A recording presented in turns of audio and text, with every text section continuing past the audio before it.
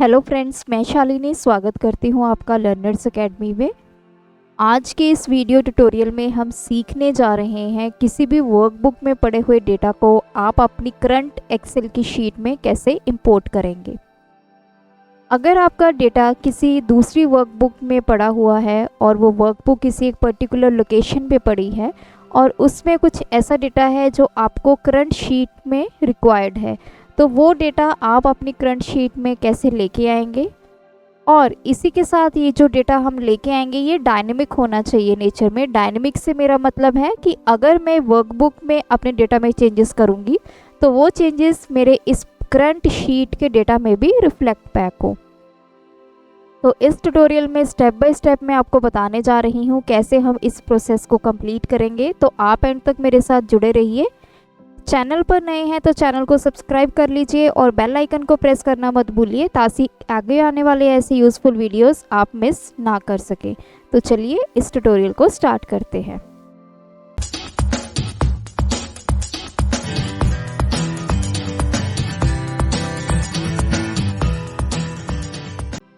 जैसा मैंने आपको बताया कि ऑलरेडी हमारी एक वर्कबुक में डेटा पड़ा हुआ है और वहाँ से हमें डेटा फैच करके अपनी करंट शीट में लेके आना है। तो आप देख सकते हैं यहाँ पे मेरे पास ब्लैंक शीट है। ये मेरी वर्कबुक है, बुक 1। अभी मैंने इसको सेव नहीं किया है क्योंकि यहाँ पे कोई भी डेटा नहीं है।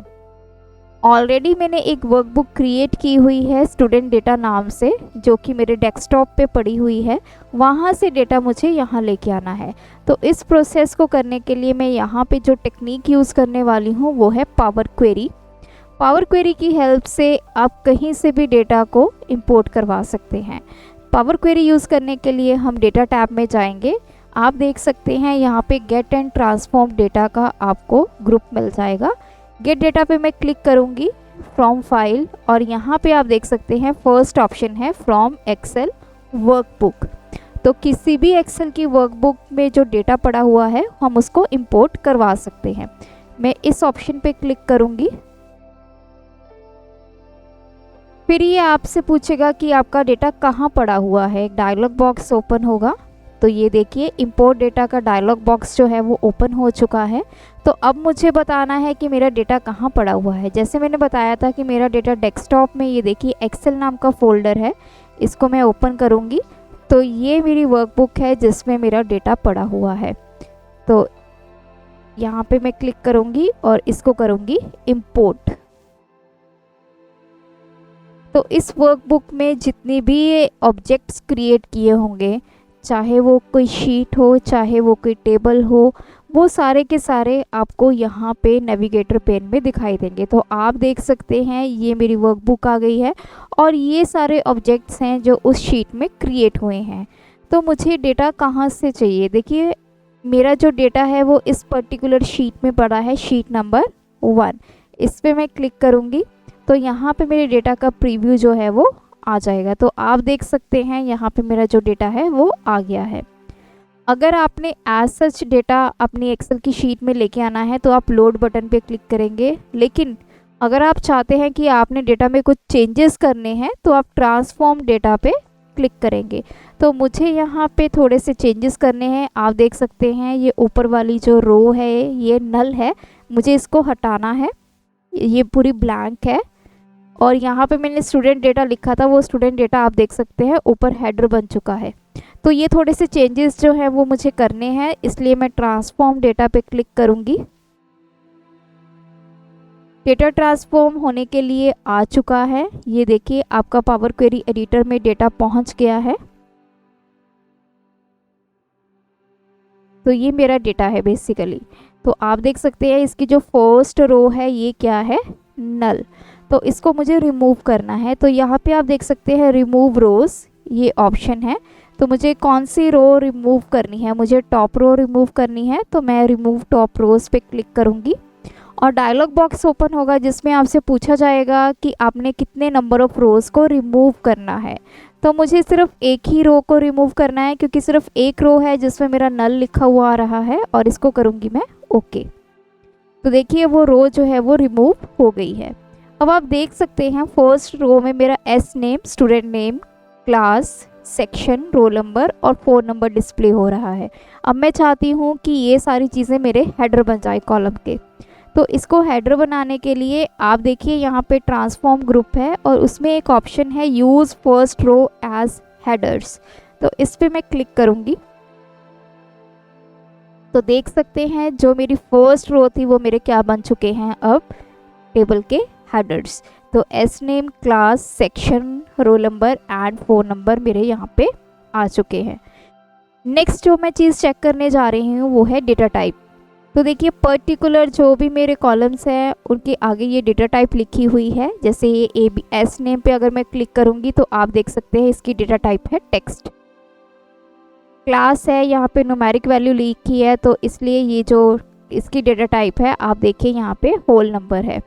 सिमिलरली अगर आप सेक्शन पे क्लिक करेंगे इसकी डेटा टाइप टेक्स्ट है, रोल नंबर की होल नंबर है और फ़ोन नंबर की भी होल नंबर है। तो सारे के सारे जो मेरे डेटा टाइप हैं वो बिल्कुल सही हैं, मुझे कुछ भी यहाँ पे चेंज नहीं करना है।